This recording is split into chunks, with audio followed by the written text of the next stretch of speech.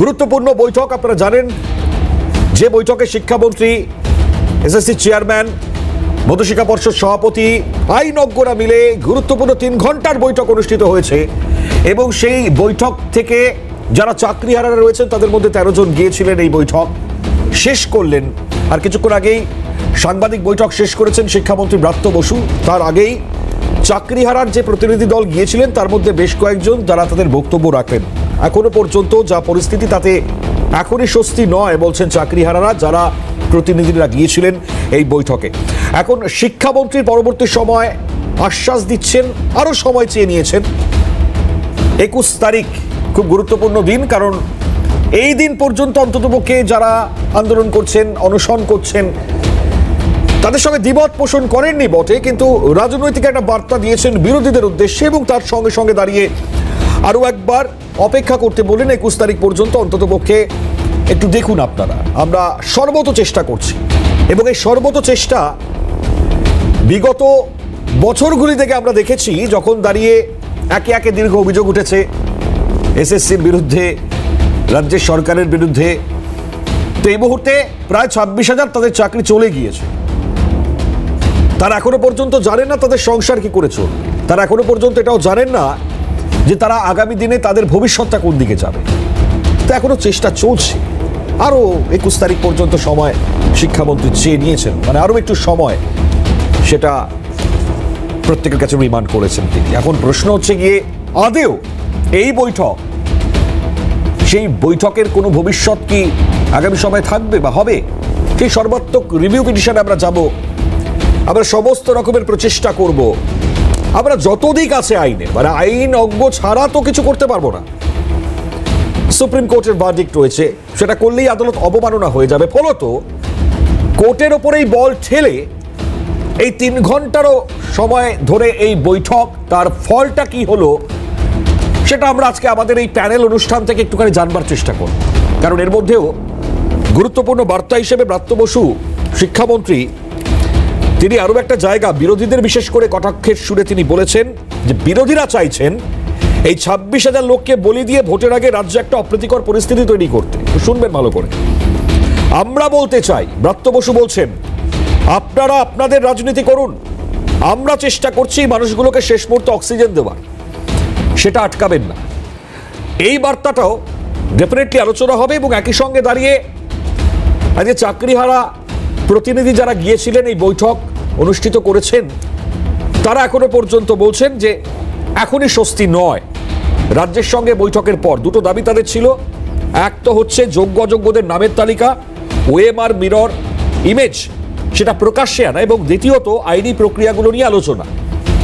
এতগুলোর পরেও অনেকে সেই জায়গা থেকে দাঁড়িয়ে শুনলাম বলছিলেন যে বেশ কিছু বিষয় তারা এগ্রি করে গিয়েছেন। এখন আইন বা আইনজ্ঞদের পরামর্শ নিয়ে আগামী জায়গাটা অবশ্যই দ্রুততার সহিত সেই জায়গা দেখব। এই জায়গাটা খুব গুরুত্বপূর্ণ। অন্যদিকে দাঁড়িয়ে পুলিশের ভূমিকা জানিয়ে ইতিমধ্যেই বিতর্ক তৈরি হয়েছে।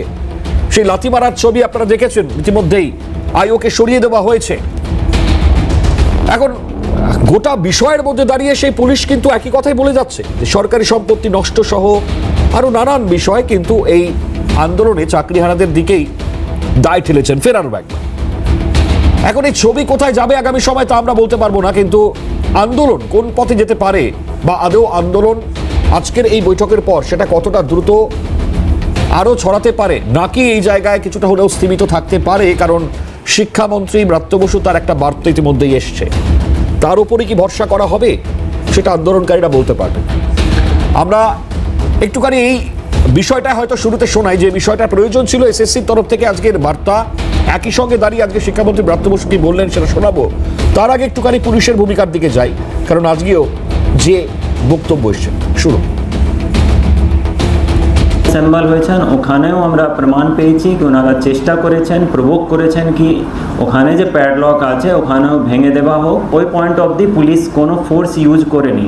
First guardrail barricade, second main gate, third যখন লাস্ট ছিল ওখানে পুলিশ ওখানেও শান্তিপূর্ণভাবে আটকাবার চেষ্টা করেছে। এখন পুলিশের উপরে ওনারা অ্যাসল্ট করেছেন। তারপরে পুলিশের পক্ষ থেকে সেলফ ডিফেন্সে মিনিমাম যে ফোর্স ইউজ করা হয়েছে, ভিতরে তালা ভাঙার চেষ্টা করছেন, প্রভোক করছে কি এই তালাটাও ভেঙে দাও। অ্যারাউন্ড 12:30 পুলিশের উপরে অ্যাসল্ট হয়েছে, 12:30-তে পুলিশ অ্যাসল্ট হয়েছে, তারপরে কিন্তু পুলিশ ফোর্স ইউজ করেছে। ওর আগে কোনো প্রমাণ আমরা পাইনি যে ফোর্স ইউজ করেছে। এটা একবারই সত্য নয় যে আউটসাইডাররা গিয়ে করেছে, কোনো বহিরাগত ছিল না, সবাই আমাদের লোকজন ছিল। এবার পরিস্থিতিটা আপনারা বুঝতে পারছেন যে এখন খুবই সংকটময় পরিস্থিতিতে আছে, সবাই খুব চাপে আছে। কিন্তু লাথি মেরেছে, ইন্টেনশনালি লাথি মারছে এরকম কিছু নয়। যে ছেলেটি বলছে সে এমনিতেই খুব উত্তপ্ত অবস্থায় আছে, এই কারণে সে কয়েকদিন ধরেই রাত্রে লাইভ করে, তার বাচ্চার ভিডিও দেয়, বলে আমার 3.5 বছরের বাচ্চা, আমার কোনো থাকার জায়গা নেই, এই বাচ্চার কি হবে। তো সেই রকম পরিস্থিতি, ওই একটা মানে এতটা বুঝতে পারছেন তো, চিন্তার মধ্যে আছে। তো ও বারবার বলছিল আমাকে পেট্রোল দিয়ে জ্বালিয়ে দাও, সব জ্বালিয়ে দাও আমাকে, মানে এইভাবে নিজেকে জ্বালিয়ে দাও। ও অন্যকে জ্বালিয়ে দেবে, সরকারি সম্পত্তি ভাঙচুর করবে, এরকম কোনো ইন্টেনশন নেই। এবার ভাবুন, চাকরি চলে গেছে, এখনো পর্যন্ত কি কোনো সরকারি সম্পত্তিতে শিক্ষকরা হাত দিয়েছে? গুরুত্বপূর্ণ দুটি বক্তব্য আপনাদেরকে শোনাবার চেষ্টা করলাম। এখন পুলিশের এই বক্তব্য পাল্টা চাকরিহারাদের এই বক্তব্যের জায়গা খুব সুস্পষ্ট। তো আজকে এই বিষয় নিয়েও যেমন ডেফিনেটলি আলোচনায় আসবো, তার আগে আজ এই বৈঠক যেটা নিয়ে বলছিলাম শুরুতেই, একেবারে চাকরিহারারা যারা গিয়েছিলেন সেই বৈঠকে বেরিয়ে এসে কি বার্তা দিলেন শোনাবার চেষ্টা করবো। তারপর শিক্ষামন্ত্রী ব্রাত্য বসু কি বললেন শোনাব, তার আগে দেখুন। একটা ব্যাপার হচ্ছে মিরর ইমেজ, যেটা আমরা বলেছিলাম সেটা ওনারা এটাই জানালেন যে মিরর ইমেজ তো নেই, কারণ মিরর ইমেজ যদি থাকতো তাহলে সিবিআই নিশ্চয়ই খুঁজে পেত। যেটা আছে এখন সেটা অ্যাকর্ডিং টু সিবিআই, মানে সাবমিটেড বাই সিবিআই, সেই মিরর ইমেজটা আছে। যদি সেটা হয় তাহলে সেটাও ওনারা দেবেন, কিন্তু যদি মনে হয়। এই তিনটে দাবি আমাদের ছিল, তারা এই তিনটে উত্তর আমাদের দিয়েছে এসএসসি তরফ থেকে, এবং শিক্ষামন্ত্রীর উপস্থিতিতেই এটা এসএসসি চেয়ারম্যান জানিয়েছেন যে যোগ্য আর অযোগ্যের লিস্ট ওনারা অলরেডি তৈরি করতে শুরু করে দিয়েছেন। এই রবিবারের মধ্যে হয়তো হতে পারে, পরের রবিবারের মধ্যে হয়ে যেতে পারে, এবং মানে আইনি পরামর্শ নিয়ে সোমবার নাগাদ উনি সেটা পাবলিশ করবেন, পরের সপ্তাহের সোমবার, 21 তারিখ, মোস্ট প্রবাবলি 21 তারিখ। আর 22 লক্ষ ওএমআর যেটা বলা আছে, টোটাল পরীক্ষার্থী যারা ছিল তাদের ওএমআর পাবলিশের কথাও আমরা বলেছি। তো ওনারাও সেটাও বলেছেন যে সেটা তো আছে, ওনারা মানে পজিটিভ বার্তা দেন যে কোনো অসুবিধা নেই, তাহলে অবশ্যই সেটাও পাবলিশ করা হবে। আমরা তো অনশন করিনি, আমরা কি করব সেটা ওখানে গিয়ে আমরা আমাদের যারা চাকরিহারা আছে তাদের সঙ্গে আলোচনা করে অবশ্যই করব। বেতন নিয়ে যেটা আলোচনা হয়েছে, যে দেখুন আমাদের তো সুপ্রিম কোর্টের অর্ডার আছে, এখন আপাতত ভাবে যে বেতন চালু থাকবে কিনা সেটা আইনি পরামর্শ নেওয়া চলছে। তবে আমরা দেখেছি স্যালারি পোর্টাল খুলে দিয়েছে, এটুকু আছে, বেতন সাবমিট হবে। রিভিউ করার আগে বা কিউরেটিভ যাই পদ্ধতি হোক, প্রথমে তো রিভিউ হবে, রিভিউয়ে যাওয়ার আগে রিভিউয়ে কি ধরনের আলোচনা হবে সেটা আমাদের সঙ্গে যেন আলোচনা করেন একসঙ্গে বসে। তো সেটাই ওনারা রাজি হয়েছেন। আপনারা কি আশ্বস্ত? আপনারা খুশি? দেখুন, খুশি আমরা, আশ্বস্ত সেদিনই হব বা স্বস্তি পাবো। আশ্বস্ত হওয়ার জায়গা এখনই নয়, স্বস্তি আমরা সেদিনই পাবো যেদিন পুরো লিগ্যাল ওয়েতে আমরা পুরোপুরি জিতে আসবো। তো পুরোপুরি যতক্ষণ না জিতে আসছেন ততক্ষণ খুশি, আশ্বস্ত বা স্বস্তি হওয়ার কোনো জায়গা নেই। তাই আপাততভাবে প্রত্যেকটা বিষয়ের উপর এগ্রি করলে পরেও আইনি জট বা জটিলতার জায়গা সেটা তো থাকছেই। তাই আগামী ভবিষ্যৎ সেটা কোন পথে বইবে, কোন খাতে বইবে, তার দিকে আমাদের দৃঢ় নজর রয়েছে। তো যাই হোক, আজকে আমরা আমাদের আলোচনার জায়গায় ডেফিনেটলি আসবার চেষ্টা করব। উপস্থিত যারা রয়েছেন পরিচয় করে দেওয়ার চেষ্টা করি। বিজেপি মুখপাত্র ফাল্গুনী পাত্র এই মুহূর্তে আমাদের সঙ্গে রয়েছেন। ফাল্গুনীদিকে স্বাগত। আমাদের সঙ্গে যোগ দিয়েছেন চাকরিহারা শিক্ষক উমা দাস ম্যাডামকেও স্বাগত জানাবো অনুষ্ঠানে যোগ দেওয়ার জন্য। আরও অনেকেই যোগ দেবেন, আমি একে একে পরিচয় করাবো। তবে আমি উমাদেবীর কাছে আসবার চেষ্টা করব ঠিক এই জায়গা থেকে দাঁড়িয়ে। আজকের এই বৈঠক আপনি শুরুতেই বলুন, কি মনে হলো এই বৈঠক থেকে? যা যা বক্তব্য আপনারা শুনতে পেলেন, আপনাদেরই সহকর্মী বা চাকরিহারা যারা রয়েছেন তারা আজকে গিয়েছিলেন, অংশগ্রহণ করেছিলেন বৈঠকে, তারা যা বলছেন, শিক্ষামন্ত্রী যা বলছেন, কি মনে হচ্ছে? দেখুন, শিক্ষামন্ত্রী যেটা বলেছেন বা আমাদের যেটা দাবি ছিল, যোগ্য অযোগ্য পৃথকীকরণ করতে হবে এবং এসএসসির কাছে যে মিরর ইমেজ আছে, ওএমআরের যে মিরর ইমেজ আছে ওটা প্রকাশ করার কথা বলেছেন। এইবার ওনারা বলছেন যে আমাদের কাছে এসএসসির কাছে কোনো ওএমআরের মিরর ইমেজ নেই। তাহলে থাকলো কি, যে সিবিআই তদন্ত করে সুপ্রিম কোর্টে যে হার্ড ডিস্ক জমা করেছে ওই কপিটা ওনারা চেষ্টা করবেন ওএমআর কপিগুলো অনলাইন সাবমিট করতে।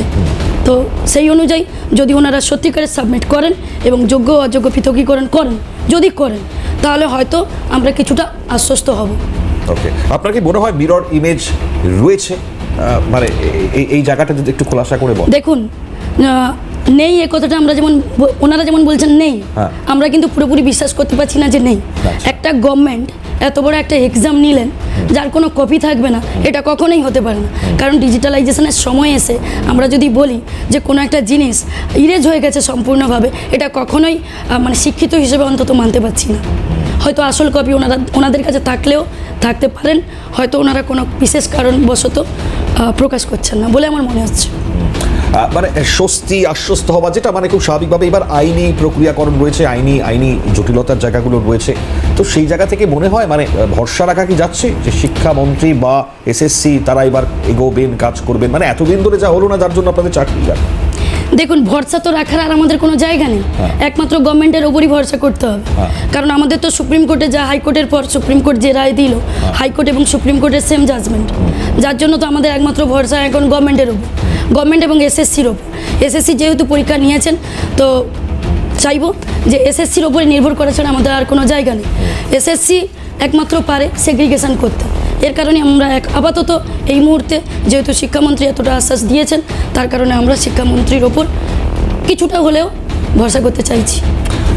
আগামী সময়টা এগোনোটা কিভাবে হবে? মানে আপাতত যে বৈঠক হলো তা থেকে যা নির্যাস আসলো, ইতিমধ্যেই অনশন আন্দোলন চলছে, কিভাবে এগোবেন আগামী সময়টাতে? কোনো রকম রূপরেখা তৈরি করেছেন আপনারা? দেখুন, আন্দোলন যেভাবে চলছে সেইভাবেই চলবে। আচ্ছা। কারণ আন্দোলন ছাড়া আমাদের তো আর কিছু রাস্তা নেই।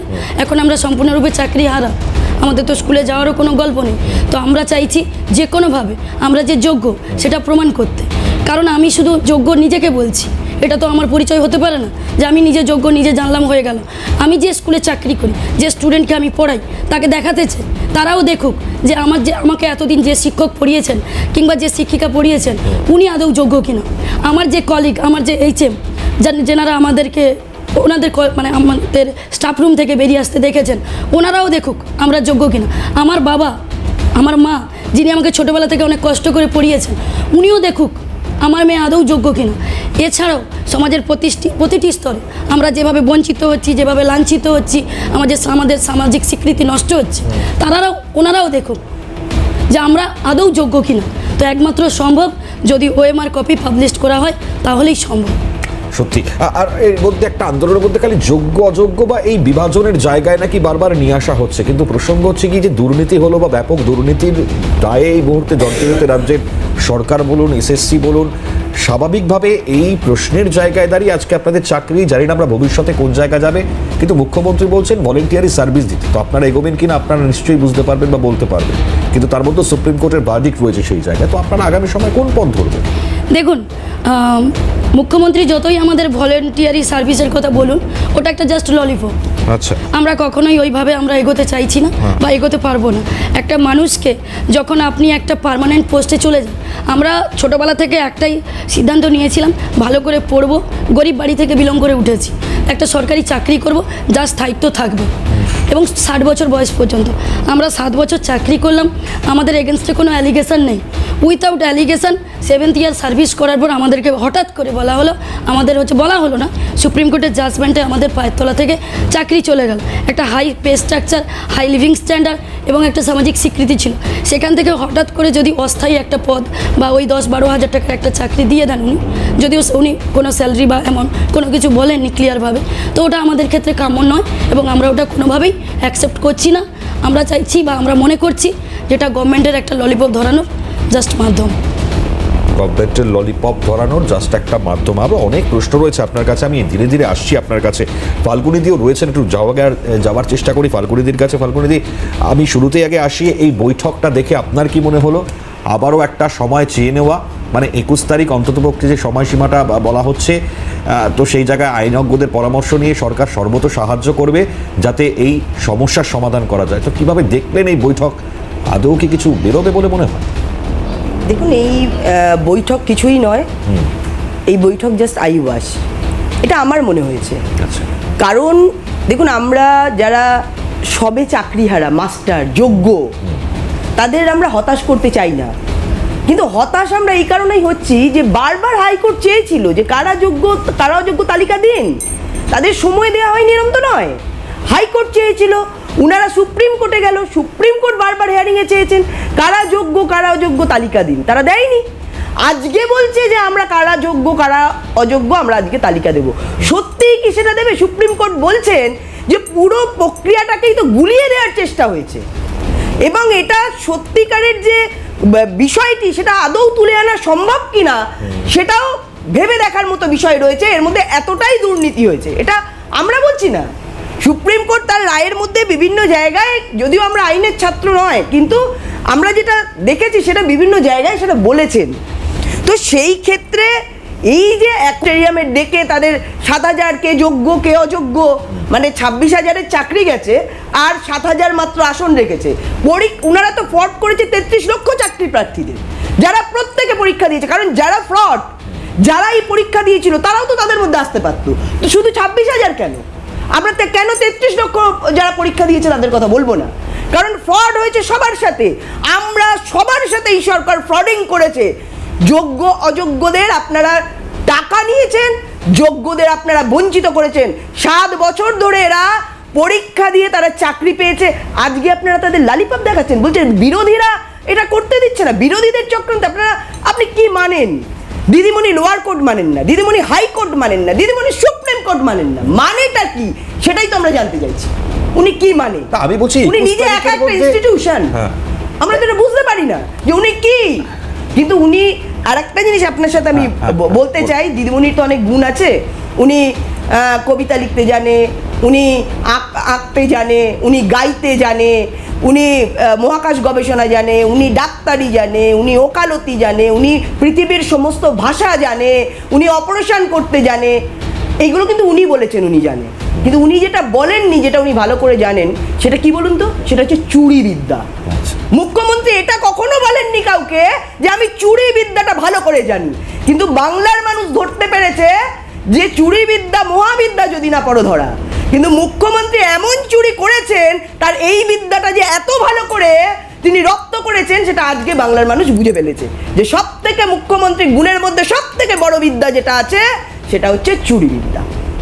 সেই জন্য দিদিমণি আইওয়াশ করলেও বাংলার মানুষ, এই যুব সমাজ, দেখুন অনেকের সংসার রয়েছে, বাচ্চা রয়েছে, কেউ বিয়ে দেবে, কেউ তার মেয়ের বিয়ে দেবে, মাস্টারকে স্বপ্ন দেখেছে, তাদের স্বপ্ন ভেঙে চুরমার। কাদের জন্য? কে দায়ী এর জন্য? কারা সেগ্রিগেশন করতে পারলো না? কারা হাইকোর্টের রায়কে না মেনে? হাইকোর্ট তো বারবার বলেছিল তারা সুপ্রিম কোর্টে সেগ্রিগেশন তো আবার এরা বলছেন করবেন, তাহলে এতদিন করতে পারে না, 21 তারিখের মধ্যে সেগ্রিগেশন জমা দেওয়া যাবে। দেখুন মিরর ইমেজ কেন নেই, প্রকাশ কেন করছে না?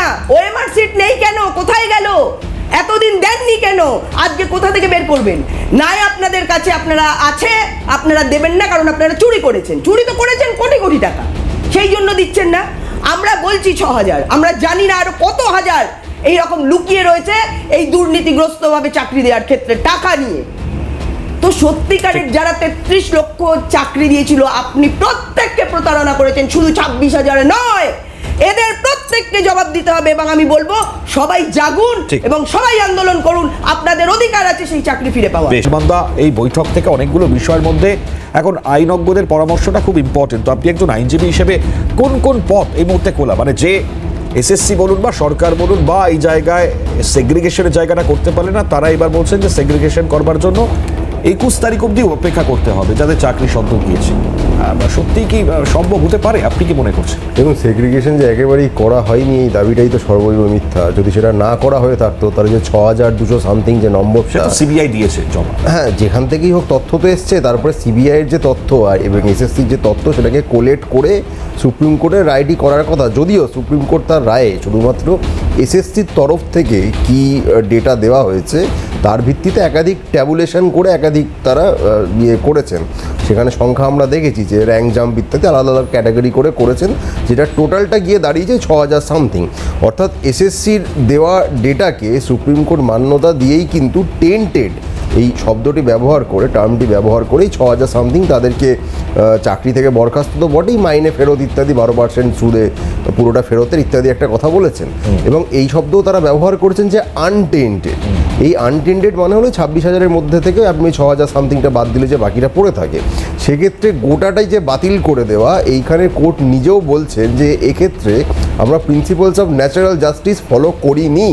এবার কেন করিনি তার জন্য তিনি যুক্তি দিয়েছেন বা বেঞ্চ যুক্তি দিয়েছে যে স্যাংটিটি অফ দ্য প্রসেস, মানে selection process has been compromised.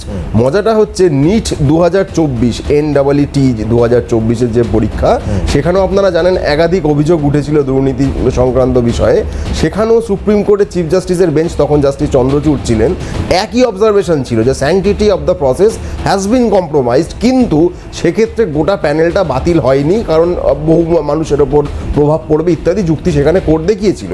অর্থাৎ একই অবজারভেশন, দুটো আলাদা মামলার ক্ষেত্রে অবজারভেশন একই হলেও রায় সম্পূর্ণ উল্টো হয়েছে। একটায় পুরোটা বাতিল করে দেওয়া হয়েছে, আর একটার ক্ষেত্রে বাতিল করা হয়নি। স্পেসিফিক যেখানে প্রবলেম সেটাকে অ্যাড্রেস করা হয়েছিল, এক্ষেত্রে তাহলে সেটা করা গেল না কেন, এই একটা প্রশ্ন থেকে যায়।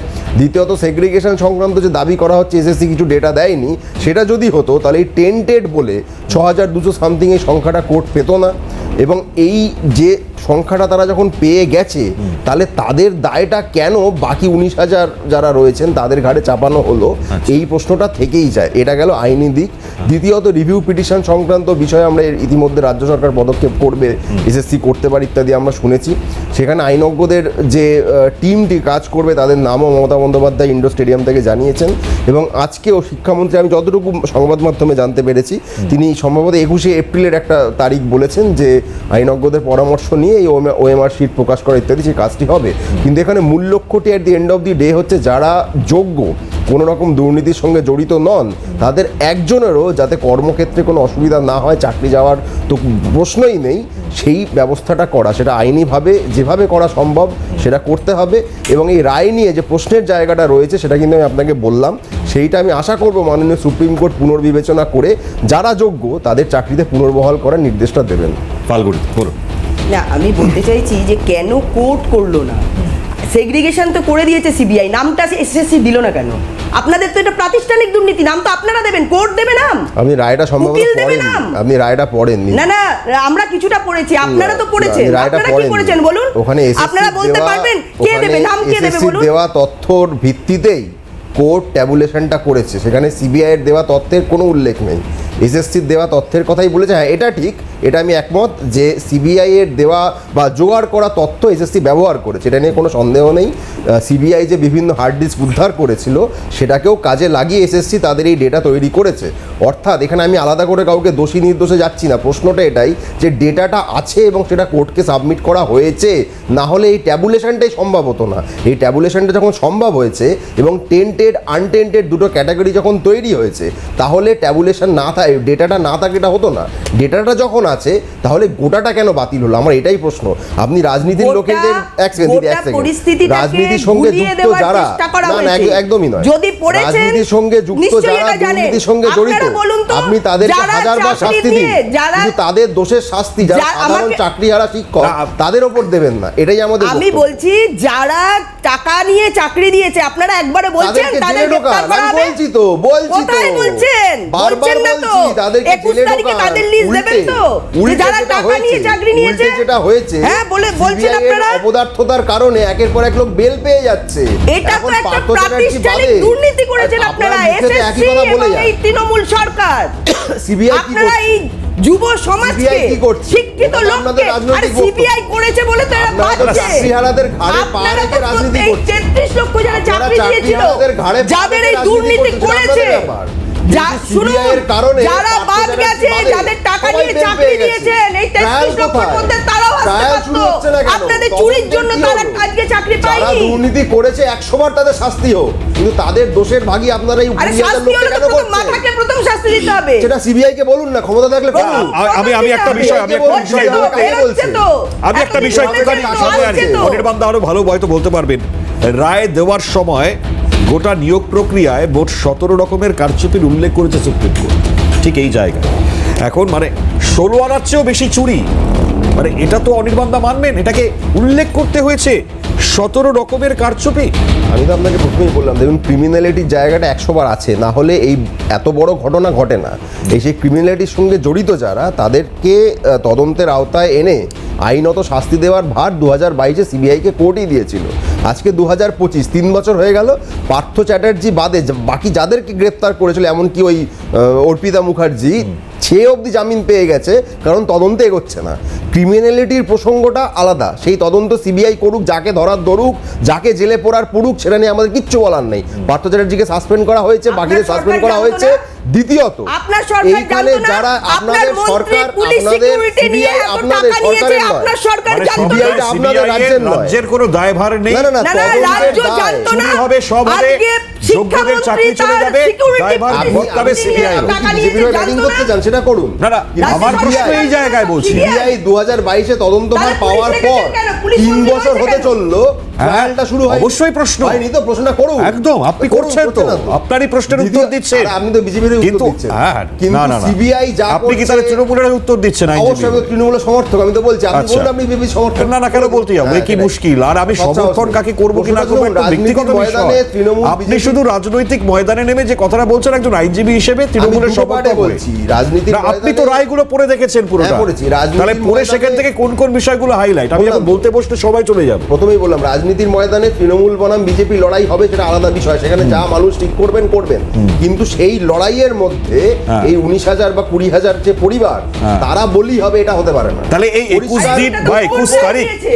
সেটা বিজেপি কোথা থেকে এসছে? আপনাদের চুরির জন্য কোর্ট রায় দিয়েছে, এখানে বিজেপি আরে মজাই, সিবিআইটা আপনাদের, সিবিআইটা ও, আপনাদের। CBI কোর্টকে বলুন। যদি কোর্টকে কে বলে, আপনারা সিবিআই বলবো আমরা। ধরেননি কেন? তা সিবিআই CBI আমাদের কি করতে পুলিশ তো দিয়েছে? ছিল, এত চুরি হয়েছে আপনারা ওই জানতে কারণে তো পারেননি? CBI কে পুলিশ দিয়ে দিয়ে CBI ধরেননি কি কেন করছে? আপনারা? কেন পুলিশ তার দিয়ে জন্য ধরেননি? আপনারা সিবিআই 20,000 এসেছিল চাকরি বলে চলে তো গেল, ধরা সেটা পড়েছে মেনে চুরিটা। নিচ্ছেন। তাহলে মানুষ আনন্দ জানতে করছেন। পেরেছে আপনারা এত চোর। যে 20,000 লোকের চাকরি চলে গেল, মানুষ তো জানতে সেটা নিয়ে পেরেছে আপনারা চোর। রাজনীতি আপনার করতে পুলিশ চাইছেন। দিয়ে কেন ধরেননি আপনাদের আপনারা? দুটো ভোট দরকার, তাই তো হ্যাঁ? পাবেন না। আপনাদের কি দরকার? আপনাদের দুটো ভোট আচ্ছা, অনির্বাণ দা, আপনি তো তৃণমূল সমর্থক, তৃণমূল মানেই চোর, এই কথাটা শুনতে ভালো লাগে। সেটা যারা বলে তারাই গিয়ে না, তৃণমূল আপনার ভালো লাগে শুনতে। যারা বলে তারাই তৃণমূলকে ভোট দেয়, আর যারা তৃণমূলের চোর সব তো বিজেপি নিয়ে নিয়েছে। অর্জুন সিং এই ব্যারাকপুর এলাকার নেতাই ফাল্গুনিদি চোর বলতো। 2024-এ যখন আবার লোকসভায় গেল, এই ফাল্গুনিদি আপনাদের ক্যামেরার সামনে দাঁড়িয়ে কি না বলেছে। আচ্ছা। এখন দেখুন কি জিজ্ঞাসা তাহলে এবার করবেন। আপনি আর তো কি আইনজীবীও বলবেন? বটে, সমর্থকের ছেড়ে আর একটা বড় পোস্ট রয়েছে আইনজীবী আপনি। এই যে 21 তারিখ, এই সবার মধ্যে সেগ্রিগেশন হয়ে যাবে? আমি আবার আপনাকে বলছি, সেগ্রিগেশন যে বলছেন হয়ে যাবে, আমার যেটুকু ধারণা সেগ্রিগেশন একটা আছে, না হলে এই ট্যাবুলেশন যেটা সুপ্রিম কোর্টের রায়ে রয়েছে, সেটাই তো সম্ভব হতো সেটা না। দিতে পারলো না কেন? সেখানে সেগ্রিগেশন আছে এখন। আরে না দিলে হাইকোর্টও বলেছে। আপনি যেটা বলছেন উনারা দিতে দিতে পারলো পারেননি, না। এখন উনারা হাইকোর্ট মানেন না, উনারা লোয়ার কোর্ট ধরো মানেন না, ভাই, উনারা সুপ্রিম চলো, কোর্ট ঠিক আছে, মানেন ঠিক না। আছে। উমা দাস রয়েছেন আমাদের সঙ্গে, চাকরিহারা শিক্ষক। আমি এই মুহূর্তে ফিরদৌস শামীম যোগ দিয়েছে, একটু পরিচয় করে দিই। আইনজীবী ফিরদৌস শামীম আমাদের সঙ্গে উপস্থিত হয়েছেন। ফিরদৌস সাহেব, স্বাগত জানাবো সিএন আপনাকে। আমরা উমাদেবীর কাছে একটু আসবার আগে ফিরদৌস সাহেবের কাছে আসবার চেষ্টা করতে, আর একটু উমাদেবীর কাছেই যাই। চলুন, আলোচনার পরবর্তী অধ্যায়ে যাওয়ার আগে এই বক্তব্যটা ডেফিনেটলি শোনাতেই হবে। আইনজীবী তথা বর্ষিয়ান সাংসদ বিকাশ রঞ্জন ভট্টাচার্য, তার খুব গুরুত্বপূর্ণ প্রতিক্রিয়া তিনি সিএনের মুখোমুখি হয়ে জানিয়েছেন। একদম এই জায়গায় মিরর ইমেজ সংক্রান্ত প্রশ্ন তাকে করা হয়েছিল, তার উত্তরটা একবার শুনুন। দেখুন। আচ্ছা, এসএসসির কাছে মিরর ইমেজ আছে, এটা কারা গল্পটা ছাড়লো বাজারে? যদি মিরর ইমেজ থাকতো এসএসসির কাছে, তাহলে হাইকোর্টে এতদিন মামলা হলো, সুপ্রিম কোর্টে মামলা হলো, তারা তো দিতে পারতো। সুপ্রিম কোর্ট হঠাৎ কিছু করেনি। কলকাতা হাইকোর্টে দীর্ঘদিন মামলা হয়েছে, আজকে না, প্রায় 2020 সাল থেকে মামলা চলছে। রাজ্য সরকার সুপ্রিম কোর্টে বোধহয় কয়েকবার গিয়েছেন, কোনো স্তরেই তো তারা বলেননি সততার সঙ্গে যে হ্যাঁ আমাদের কাছে এই সব তথ্য আছে, সুতরাং তার মধ্য দিয়ে আমরা খুঁজে পাবো কারা টাকা দিয়ে চাকরি পেয়েছে, কারা পায়নি। আসলে রাজ্য সরকার দুর্নীতিটাকেই আইনত বৈধ করার চেষ্টা করেছিলেন। তারা ভেবেছিলেন ফাঁকতালে যদি এই নিয়োগগুলো বেরিয়ে যায়, তাহলে ভবিষ্যতে তারা সব চাকরি বিক্রি করে কোটি কোটি টাকা উপায় করতে পারবে। হচ্ছে রাজ্য সরকারের পরিকল্পনা, মানে রাজ্য সরকার পরিচালিত দলের পরিকল্পনা। সেই জন্যেই আজকে সুপ্রিম কোর্ট রায় হওয়ার পর এমন একটা ভাব দেখানো হচ্ছে যেন হঠাৎ কিছু হয়ে গেল। সুপ্রিম কোর্ট হঠাৎ কিছু বলে দিয়েছে তা নয়, যোগ্য অযোগ্যের কোনো প্রশ্ন নয়, এটা কিন্তু গুলিয়ে দেওয়ার একটা শব্দ। এই যে সাদাকে সাদা আর কালোকে কালো করবার জন্য যে 100% চিহ্নিত করা গেলই না, এর দায়টা কার ওপর বর্তাবে? এটা তো খুব সুস্পষ্ট প্রশ্ন। আর একই সঙ্গে দাঁড়িয়ে এই জায়গায় অনির্বাণ অনেকগুলো কথা বলছিল। যাই হোক, আমি ফিরদৌস সাহেবের কাছে আসবার আগে উমাদেবীর কাছে একটু আসবার চেষ্টা করবো। ঠিক এই জায়গা থেকে দাঁড়িয়ে আপনি বিতর্ক তো শুনলেন, এখন অনেকগুলো প্রশ্নের মধ্যে দাঁড়িয়ে এই প্রশ্নের উত্তর আমরা জানি না কি হবে। তবে আপাততভাবে এই রাজনৈতিক জায়গাটাও থাকছে, এটা কি অস্থিরতা তৈরি করতে পারে আপনাদের ক্ষেত্রে? দেখুন, এই প্যানেল আমাদের সঙ্গে যা কিছু হয়েছে সম্পূর্ণটাই রাজনৈতিক, এবং আমাদেরকে নিয়ে রাজনৈতিক একটা নোংরা খেলা চলছে। কিভাবে হচ্ছে? শাসক যিনি আমাদের এখনো পর্যন্ত গভর্নমেন্ট আছেন, উনি চাইছেন আমাদেরকে যোগ্য অযোগ্য উনি পৃথকীকরণ করবেন না। 7ই এপ্রিল উনি সবাই দাঁড়িয়ে বললেন অযোগ্যদের কথা আমি ভাবছি। যিনি অযোগ্য বা যারা অযোগ্য, সরকার যখন অযোগ্য কথাটা বলছেন, তাহলে অযোগ্যদের পাশে থাকার বার্তা মানে উনি কি দিচ্ছেন? যে আমি অযোগ্যদের হয়ে এখনও অযোগ্যদের পাশে আমি থাকবো, তার মানে উনি যোগ্য অযোগ্য পৃথকীকরণ করতে চাইছেন। এটা সম্পূর্ণরূপে ঠিক নয়, ওনার যে বার্তা ওটা ঠিক নয়। তারপরেও আমাদের যে কোর্টের যে রায়টা হলো, কোর্টের রায়টা যদিও আমি সম্পূর্ণভাবে লয়ের ভাষা আমরা হয়তো সঠিকভাবে বলবো না বা বলতে পারি না, তাও আমাদের যেটুকুনি মনে হয়, সংবিধানে বলা আছে তথ্য প্রমাণের অভাবে আপনি 10 জন চোরকে ছেড়ে দেবেন ঠিক আছে, বা ক্রিমিনালকে ছেড়ে দিলেন ঠিক আছে, একজন নিরপরাধকে শাস্তি দিতে পারেন না। তাহলে যেখানে 19,000কে পৃথকীকরণ করে বলা হয়েছে যে বৈধ কিংবা অবৈধ আমরা পৃথকীকরণ করতে পারছি না, তার মানে আপনি যেমন আমাকে সাধু বলতে পারেন না, তেমনি আপনি আমাকে চোরও তো বলতে পারেন না। তাহলে এই সাজা কেন দিলেন যে সম্পূর্ণরূপে চাকরি বাতিল? এটা আমার প্রশ্ন। দ্বিতীয় প্রশ্ন, যেই গভর্নমেন্ট এত বড় করাপশান করলেন বলে আমাদের পুরো প্যানেলটাকে বাতিল করা হলো, সেই গভর্নমেন্ট কী করে, গভর্নমেন্টের মন্ত্রিসভা কী করে এখনও বাইরে ঘুরে বেড়াচ্ছে? তাদের এগেনস্টে কেন কোনো স্টেপ নেওয়া হলো না? যে গভর্নমেন্ট চুরি করলো তার কোনো শাস্তি হলো না, অথচ আমরা যারা যোগ্য, ছোট থেকে অভাব অনটনে পড়ে এত বড় হলাম, বড় হয়ে আর চাকরি পেলাম, 1 বছর নয় 2 বছর নয় 7 বছর চাকরি করলাম, তারপরে আমাদেরকে পথে বসতে হলো। সেই সরকার এবং সরকারের মন্ত্রীরা, তাদের কি ব্যবস্থা হলো? এটা সুপ্রিম কোর্টের কাছে আমাদের প্রশ্ন। তৃতীয়ত আর একটা কথা বলি, সুপ্রিম কোর্টের আরও একটা জাজমেন্টে বলা হয়েছে যে গভর্নমেন্ট আমাদের ফ্রেশ সিলেকশন প্রসেস নেবেন। ফ্রেশ সিলেকশন প্রসেস কাদের? না ওই 19,000, অ্যাপ্রক্স 19,000 যারা এখনও পর্যন্ত বৈধ কি অবৈধ এখনও পর্যন্ত বাঁচতে পারেননি। আচ্ছা, যাকে আমরা চোর বলে হাইকোর্ট সুপ্রিম কোর্ট স্ট্যাম্প লাগিয়ে দিল যে আপনি চুরি করেছেন, শাস্তিস্বরূপ আপনার প্যানেলে থাকা 26,000 শিক্ষককে বলি দেওয়া হলো, সেই সরকারকে দ্বিতীয়বার কি করে দায়িত্ব দেওয়া হয় যে আপনি ফ্রেশ সিলেকশন প্রসেস নিন? আপনি কেন সুপ্রিম কোর্ট স্পেশাল কোনো টিম গঠন করলো না, যে স্পেশাল টিম গঠন করে যোগ্য অযোগ্য বাঁচতে পারলেন? কোনো অপরাধী কোনো দিন স্বীকার করবে আমি চুরি করেছি, তাহলে স্পেশাল টিম কেন গঠন করা হলো না? গঠন করে আমাদেরকে সেগ্রিগেট করা হলো না, কে বৈধ কে অবৈধ? সিবিআই যে তথ্য দিয়েছে সেই সিবিআই তথ্যের ভিত্তিতে কেন আমাদের সেগ্রিগেশন না করে আজকে আমাদের এই পথে বসানো হলো? এই থেকে আমাদের মনে হয় নোংরা রাজনীতি। আরও একজন আমাদের উনি বিখ্যাত সাংসদও ছিলেন যাদবপুরের বুকে, এবং এখন বিখ্যাত হাইকোর্টের আইনজীবী আমাদের বিকাশবাবু, ওনার প্রসঙ্গেও একটা কথা বলি। উনিও যেহেতু একটা রাজনৈতিক দলের সঙ্গে যুক্ত ছিলেন, উনি আইনজীবী কাদের হয়ে লড়েছিলেন? যারা চাকরি পায়নি, যোগ্য অথচ চাকরি পায়নি, তাদের হয়ে উনি আইনটা লড়লেন। ওদেরকে কি ভরসা দিলেন? অযোগ্যদের টেনে বের করে দেবো, তোমাদেরকে ওই প্লেসমেন্ট করিয়ে দেবো। আলটিমেট ওদের টাকা নিয়ে আজকে কেস লড়ে সম্পূর্ণরূপে ওদেরকেও বঞ্চিত করলো, সঙ্গে আমাদের পুরো প্যানেলটাকে উনি ধূলিসাৎ করলেন।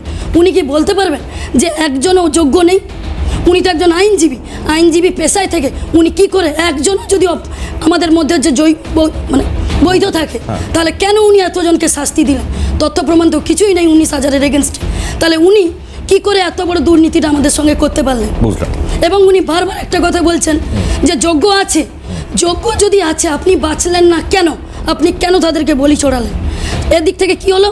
যারা ওয়েটিং বসেছিল, যাদেরকে আপনি আশা ভরসা দিলেন, তারাও বঞ্চিত হলো, আমরাও বঞ্চিত হলাম। লাভের লাভ কী হলো? এখানে আপনি রাজনৈতিক নিজের স্বার্থ গোছাতে চাইলেন, আমাদের এইটুকুনি মনে হলো। নষ্ট করবো না, সোজাসুজি যাবো। ফিরদৌস শামীম রয়েছেন আমাদের সঙ্গে, আইনজীবী। ফিরদৌসদা, যা পরিস্থিতি তৈরি হলো এখনো পর্যন্ত আমরা জানি না, যে প্রশ্ন উমাদেবীও তুলছেন, চাকরিহারা শিক্ষিকা, কি মনে হয় মানে এই সরকার আগামী সময় কতটা দ্রুততার সাথে পথ দেখাবে, নাকি আদৌ ওই লালিপপ যেটা বলছেন তারা?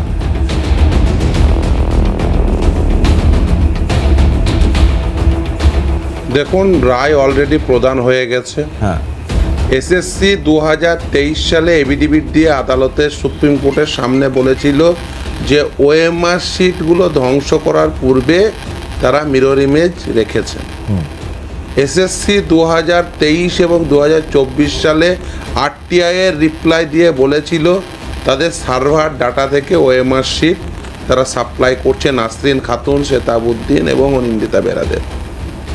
যখন আদালতে শুনানি চলে, শুনানি পর্বে তারা জানিয়েছিল যে ওই সার্ভার ডাটা মানে আমরা বোঝাতে চেয়েছিলাম ওএমআর শিট যেগুলো সিবিআই উদ্ধার করেছে পঙ্কজ বনসালের বাড়ি থেকে, সেই ওএমআর শিটগুলো আমরা সার্ভারে রেখেছিলাম।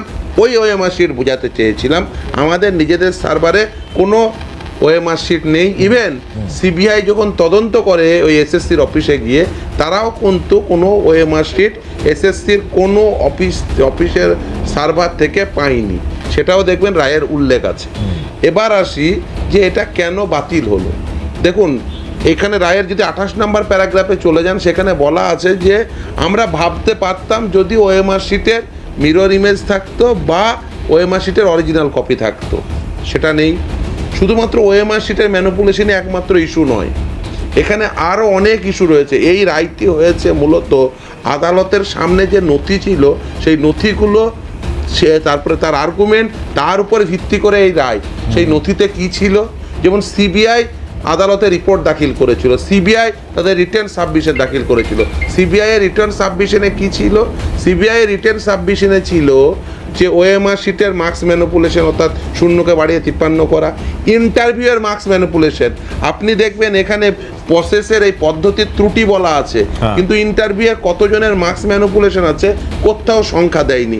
এবার আসি, দেখবেন এই রায়টি যদি গোটাটা পড়েন, দেখবেন সেখানে ট্যাবুলার চার্ট দেওয়া আছে। ইভেন ওই ট্যাবুলার চার্টটি, যেটা 24 নম্বর প্যারাগ্রাফে যে ট্যাবুলার চার্ট আছে, ওই ট্যাবুলার চার্টটি দেখবেন কলকাতা হাইকোর্টের জাজমেন্টও পেয়ে যাবেন, যেটি এসএসসি সাপ্লাই করেছিল। এই রায়ের উপর ভিত্তি করে দেখবেন কলকাতা হাইকোর্টের যে রায়, তার উপর ভিত্তি করে এই সুপ্রিম কোর্টের রায়ের 26 নম্বর প্যারাগ্রাফের শেষ অংশে দেখবেন SSC acknowledge that 6276 illegal appointments war made. এইটা এসএসসি অ্যাকনোলেজ করেছে। এই এসএসসির অ্যাকনোলেজ যে সংখ্যাটি, সেই সংখ্যাটিকে টাকা ফেরত দিতে। এই যে বলছেন না আজকে মন্ত্রী বলেছেন, আজকে দেখবেন আমি এসএসসি চেয়ারম্যানকেও দেখছিলাম সাংবাদিক সম্মেলনে, তাদের এটা প্রকাশ করতেই হবে। তার কারণ ওই যারা চিহ্নিত অবৈধ তাদের কাছ থেকে টাকা ফেরত নিতে হবে। ফলে আগামী দিনে কন্টেম্পটের হাত থেকে বাঁচার জন্য আসলে এই চিহ্নিত অবৈধদের তালিকা তাদের প্রকাশ করে বলতে হবে। তার কারণ আগামী দিনে কন্টেম্পট হবে, সেখানে তারা বলবে ওই পয়সা ফেরত নেওয়ার জন্য দেখো আমরা প্রসেস ইনিশিয়েট করেছি, পয়সা ওদের ফেরত দিতেই হবে যারা চিহ্নিত অবৈধ। আচ্ছা ফিরদৌস দা, আমি বলছি এই রায়ে মানে গোটা রায়ে এই দুর্নীতির জন্য বিকাশ ভট্টাচার্য বা বিজেপিকে তো কোথাও দায়ী করা হয়নি। তাহলে তৃণমূল বা তৃণমূলের সমর্থক বা আপনি যাই বলুন না কেন, তৃণমূলের তরফ থেকে এই প্রশ্ন বারবার কেন ওই বিরোধীদের উদ্দেশ্যে আর বিকাশ রঞ্জন ভট্টাচার্যের উদ্দেশ্যে সেটা উঠে আসছে। কিন্তু এটাই যে একেবারে কনক্লুসিভ, এই সংখ্যার বাইরে আর কেউ অযোগ্য নেই বা অবৈধ নেই, সেইটা কখনো এসএসসি বলতে পারেনি বা বলেনি হোয়াটসএভার। কিন্তু এই পদ্ধতিটি ত্রুটিপূর্ণ থাকার জন্য সেই পদ্ধতিটি বাতিল হয়েছে। এবার আসি যে অনেকেই বলছেন যে আইনে এটা বলা আছে। প্রথম কথা, কনস্টিটিউশনে এই ধরনের কথা কোথাও বলা নেই যে ওই 100 জন ছেড়ে চলে গেল অন্ততপক্ষে একজনকেও কোনো শাস্তি দেওয়া যায় না, 100 জন ছেড়ে দেওয়া যায়। কনস্টিটিউশনে এরকম প্রিন্সিপাল কোথাও বলা নেই। ওটা হচ্ছে ক্রিমিনাল জুরিসপ্রুডেন্স, সার্ভিস জুরিসপ্রুডেন্স এক নয়। ইভেন এই রায়টি যদি পড়েন দেখবেন 50 নম্বর প্যারাগ্রাফে বলা আছে our observation and finding would not influence the criminal proceeding. Criminal প্রসিডিংসটা যেটা সিবিআই করছে, সিবিআই যে ক্রিমিনাল প্রসিডিংস করছে সেই প্রসিডিংসে কে চোর, কারা কারা এই পয়সা নিয়েছে, কারা কারা বেনিফিট নিয়েছে, সেটা সিবিআই ইনভেস্টিগেশনে নিচের কোর্টে ট্রায়াল হবে, সেই ক্রিমিনাল ট্রায়ালে সেটা ডিসাইড হবে এবং সে শাস্তি পাবে। কিন্তু সেটা এই রাজ্যের সরকারকে আজকে বৈঠক করে বললেন শিক্ষামন্ত্রী, তো এই বৈঠকটার মানে কি স্যার একটুখানি যদি বলে দেন সংক্ষেপে।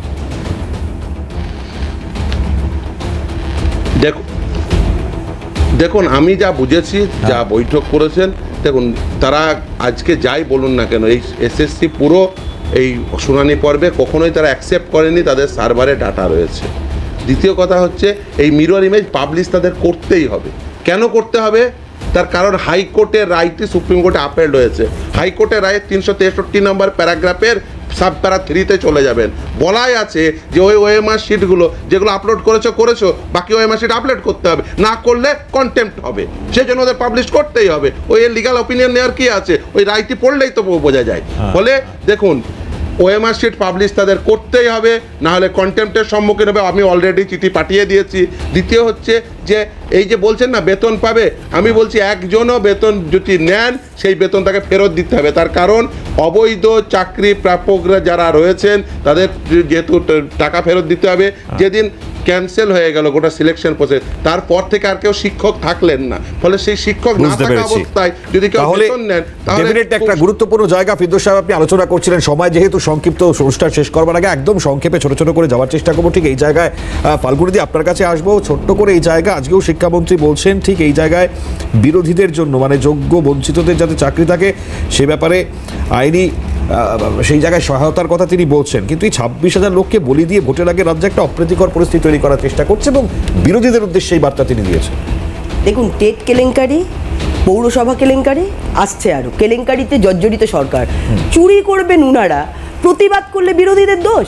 তাহলে কি উনারা চুরি করবে আমরা চোখ বন্ধ করে থাকবো? বলুন, আমরা কিচ্ছু বলবো না? তাহলে তো মানুষ কি মেনে নেবে? আমাদের বিরোধী হিসাবে আমাদের বিধানসভায় পাঠিয়েছে তো এই অন্যায়ের বিরুদ্ধে প্রতিবাদ করার জন্য। তাহলে প্রতিবাদ করাটা কি অন্যায়? আমাদের এই যাদের সাথে অন্যায় হচ্ছে তাদের জন্য কোর্টে যাওয়াটা কি অন্যায়? তাহলে উনারা বলতে চাইছেন, উনি বলেছিলেন যারা ঝান্ডা বাঁধবে, যারা মিছিলে হাঁটবে আমি তাদের চাকরি দেবো না। উনি একজন মন্ত্রী, শিক্ষামন্ত্রী ব্রাত্য বসু, তিনি বলেছিলেন প্রকাশ্যে ক্যামেরার সামনে। উনার লজ্জা হওয়া উচিত, উনি একজন শিক্ষামন্ত্রী এই ধরনের কথা বলছে।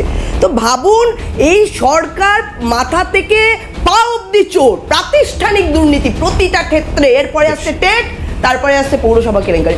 শুধু অপেক্ষা করতে দিন কত চুরি করবেন, আর আমরা প্রতিবাদ করলে তখন বিরোধীদের দোষ। এটা হতে পারে না। অনির্বাণ দা একদম শেষ করবো আপনার কাছে। ঠিক একদম ঠিক বলেছেন যে যারা যারা দুর্নীতি করবে বিরোধিতা নিশ্চয়ই করতে হবে। যেমন বিশ্বজিৎ কুণ্ডুকে টেট কুণ্ডু বলে বিরোধিতা করে নিজেদের দলে নিতে হবে। এই চাকরি সংক্রান্ত বিষয়টা আপনার সঙ্গে ডিস্টার্ব করিনি প্লিজ। এবার যাকে সবচেয়ে বড় চোর সাজিয়ে আমরা সাংবাদিক সম্মেলন করব তাকেই দলে নিয়ে বিধানসভায় এমন বিরোধিতা করতে হবে, তাকে বিরোধী দলের নেতা বানিয়ে দিতে হবে। তো বিজেপির বিরোধিতা ওসব আমরা দেখি। আবার ডিস্টার্ব করছেন, বলতে দিন। আর দ্বিতীয় কথা, ফিরদৌস কথা একটা জিনিস তো স্পষ্ট বুঝতে পারলেন যে যারা নির্দোষ, এমনকি যারা নির্দোষ, দোষী তো বটেই, এমনকি যারা নির্দোষ তাদেরও পেটে লাথি মারাটাই সিপিএম এর রাজনৈতিক অবস্থান। এখানে দিদি পাশে বসে একটা অত্যন্ত সংগত প্রশ্ন তুলেছিলেন যে যারা বিকাশবাবু এবং ফিরদৌসবাবু বাকিদের কাছে, সিপিএম এর যারা তাদের কাছে ওসব কিছু হবে না। তাদের কাছে ডিস্টার্ব করছেন না, বেকার ডিস্টার্ব করবেন না, বলতেই না। হ্যাঁ, অর্জুন সিং এর কাছে আছে, যান ওখানে গিয়ে নিয়ে। এবার এক লাইনে শেষ করে নি। এবার এখানে তারা যারা গেছিলেন, ধরুন ফিরদৌসদার কাছেই এমন হয়েছিল যে একজন বঞ্চিত বলে চাকরি পেলেন, তার বদলে আরেকজন পেলেন, তার বদলে আরেকজন পেলেন, তারপর মানে বিকাশবাবুদের কাছে যারা গেছেন চাকরি ছিল সেটাও চলে গেছে। দেখুন, আমি আবারও ক্লিয়ার করছি, যারা যারা ঘুষ, তুমি জানো না বোধহয় বিকাশ রঞ্জন ভট্টাচার্যরা তাদের কলকাতা হাইকোর্টে মামলা করে কয়েক হাজার ছেলে মেয়েকে চাকরি দিয়েছে, কোনো আপত্তি নেই। এবং শুধু তাই না, ক্রিমিনাল জুরিসপ্রুডেন্সে, সার্ভিস জুরিসপ্রুডেন্সে চিপকালে কি হয় সে ফল বুঝে গেলে মোটেই ক্ষমা করবেন না। এই যে ভালো কথায় সিম্প্যাথি গেইন করবার চেষ্টা কিনা বারবারই প্রশ্নটা উঠছে, এই সার্ভিস জুরিসপ্রুডেন্সে লাগাতে গেলে কি হয় সে ফল বুঝতে পারলে তো। কারা খেলেন চাকরি হয় সে ফল বুঝতে পারলে। উমাদেবীরা বলছিলেন, শেষ করব এক কথায়, জর্জরিত প্রাতিষ্ঠানিক দুর্নীতি। বেশ উমাদেবী, একদম আপনার কথা দিয়ে শেষ করব। জানি না আমরা সরকার খেয়েছে, মমতা বন্দ্যোপাধ্যায় খেয়েছে, চাকরি খেয়েছে মমতা বন্দ্যোপাধ্যায়, পার্থ চট্টোপাধ্যায়দের লোভ। তারা যদি এই চুরি না করতো কারোর চাকরি যেত না, আর তারা যদি এই যে টাকা বাঁচাতে না চাইতো কারোর চাকরি যেত না। উমাদেবী স্পষ্ট শুনলেন আপনি, বলুন আপনার একদম শেষ করব। তার আগে কি আমরা বারবার বলছি যে সরকারের দুর্নীতির কারণে আজ আমরা পথে, কিন্তু বিকাশবাবু বা শামীমবাবু যে কথাটা বলছেন যে ওনারা পুরো মানে স্বেচ্ছায় না আমাদের দুর্নীতির জন্য পুরো বাতিল করেছেন, এটা সম্পূর্ণ ভুল কথা। ওনারা চাইলে যোগ্যদের হয়ে লড়াই করতে পারতেন, যোগ্যদের বাঁচাতে পারতেন। ওনারা যোগ্যদের হয়ে সাবাল করতে চাননি, কারণ ওনারা চেয়েছিলেন সরকারের দুর্নীতিকে প্রকাশ করার জন্য। বড় বড় উকিল ছিল, কোটি কোটি টাকার উকিল ছিল, কি হয়েছে? কোটি কোটি টাকার উকিল গিয়ে ক্রিমিনাল জুরিসপ্রুডেন্স চিপকালে তো আমি বুঝলাম। কোটি কোটি টাকার উকিল নিয়ে গিয়ে ক্রিমিনাল জুরিসপ্রুডেন্স চিপকালে কি হয়? প্রশ্নের উত্তর আমি অসংখ্য ধন্যবাদ জানাই প্রত্যেককে যারা অংশগ্রহণ করলেন। আজকে সময় একদম নেই বলে আমাকে শেষ করতে হচ্ছে। ফাল্গুনিদি, অনির্বাণ দা, ফিরদৌস দা, উমাদেবী, অসংখ্য ধন্যবাদ। আগামী সময় অবশ্যই আমাদের নজর থাকবে পরিস্থিতি কোন জায়গায় যাচ্ছে, সরকারের সত্যিই কোনো রকম ভূমিকা রয়েছে বা থাকবে কিনা ভবিষ্যতে এদের পাশে দাঁড়াবার জন্য। অনুষ্ঠান শেষ করছি, অসংখ্য ধন্যবাদ জানাই, শুভরাত্রি।